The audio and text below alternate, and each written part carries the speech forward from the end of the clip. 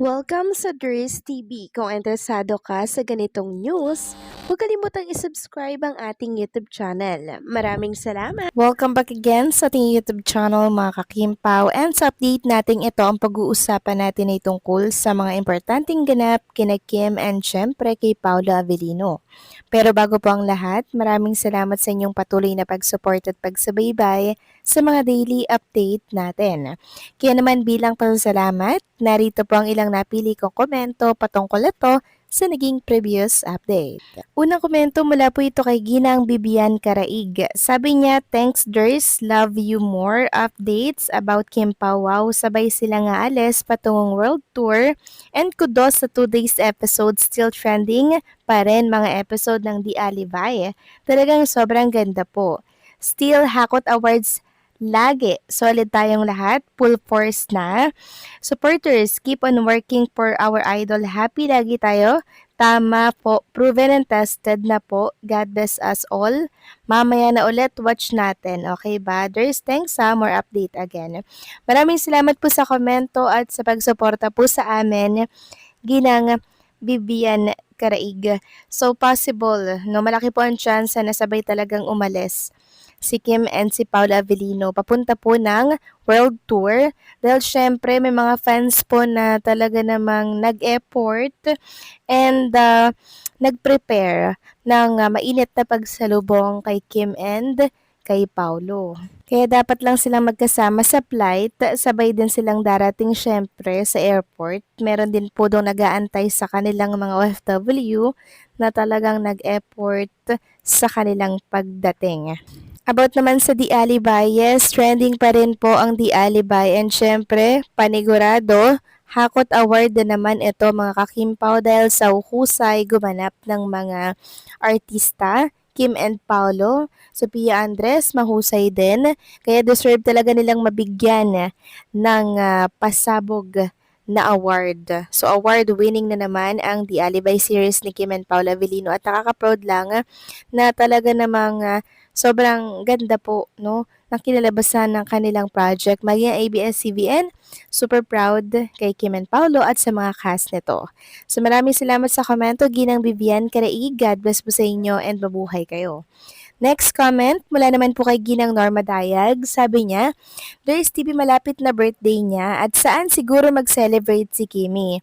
Dres TV, yes, nanood ako gabi-gabi kaya maaga kaming kakain sa gabi. Then nanonood ng balita, then follow by the Alibay after magandang gabi bayan. Dres TV, ito yung mga fake vlogger kasi may vlogger na nagsabi na almost all vlog about KPR fake.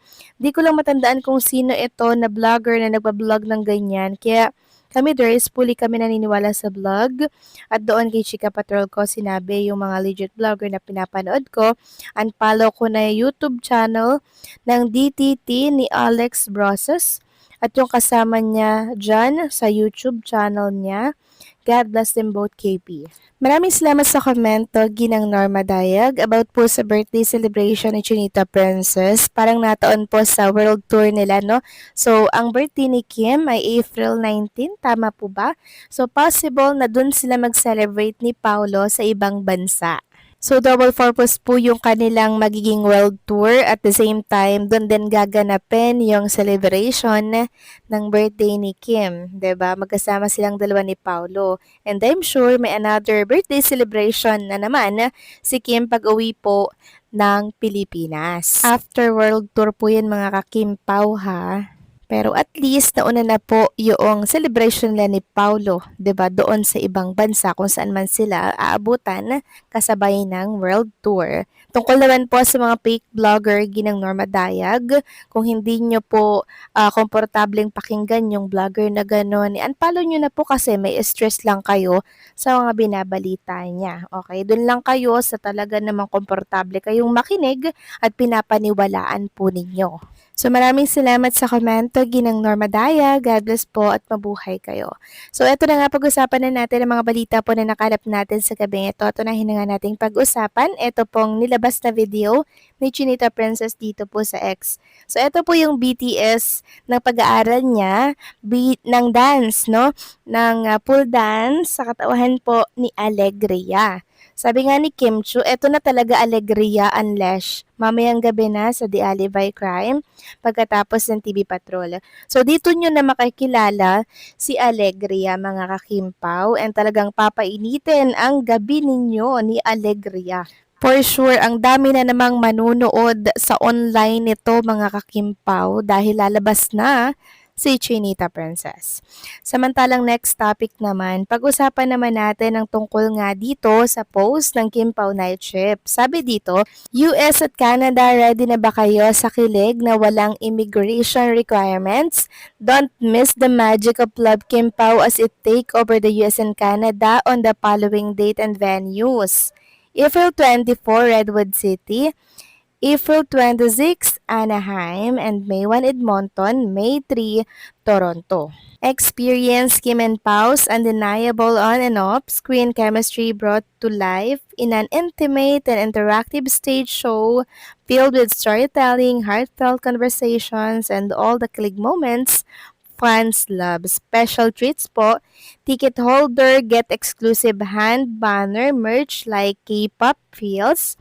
Perfect pang wave habang sumisigaw ka or pang takip ng mukha kapag hindi mo na kaya ang kilig. Available while supplies last at the event. So don't be late. Kaya naman secure your ticket now mga kakimpaw ngayon pa lang. Baka kasi maubusan na kayo dyan. Sayang naman, 'di ba? Yung moment na makakasama ninyo si Kim and syempre si Paulo. Samantalang, pag-usapan naman natin ang katahimikan ni Kim and ni Paulo na panay promote lamang po ng kanilang mga project like The Alibi and yung Kim Pao World Tour. So, pansin nyo ba, wala po talaga silang inilalabas sa mga update kung nasaan sila. Super tahimik nila mga kakimpaw. Sobrang nakakamiss na sila. Mabuti na lang talaga at merong The Alibi gabi-gabi at kahit papano, naiibsan po talaga yung pagka-miss ng mga Kim Pao fans.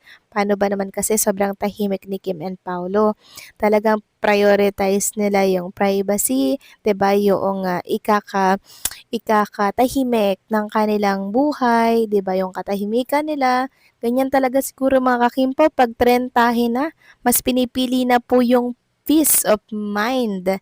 'Di ba? In that way kasi mga kakimpaw, mas mapoprotektahan nila yung relationship na patuloy po nilang binubuo. Kasi wala na nga naman silang privacy bilang artista, kaya naman itong relationship na meron sila, pinoprotektahan po nila. And naiintindihan naman natin yon. Sobrang nakakamiss lang talaga si Kim and Paulo pag wala pong mga updates sa kanilang training, sa kanilang taping, 'di ba? Kaya nga panawagan ng mga Kim Pao fans, isang paayuda naman dyan, Kim and Paulo, makita lang namin kung nasaan kayo. O di ba mga ka-Kim Pao, agree ba kayo doon? Please comment down below. So paano hanggang dito na lamang po ang update natin. Maraming salamat sa patuloy na pagsuporta.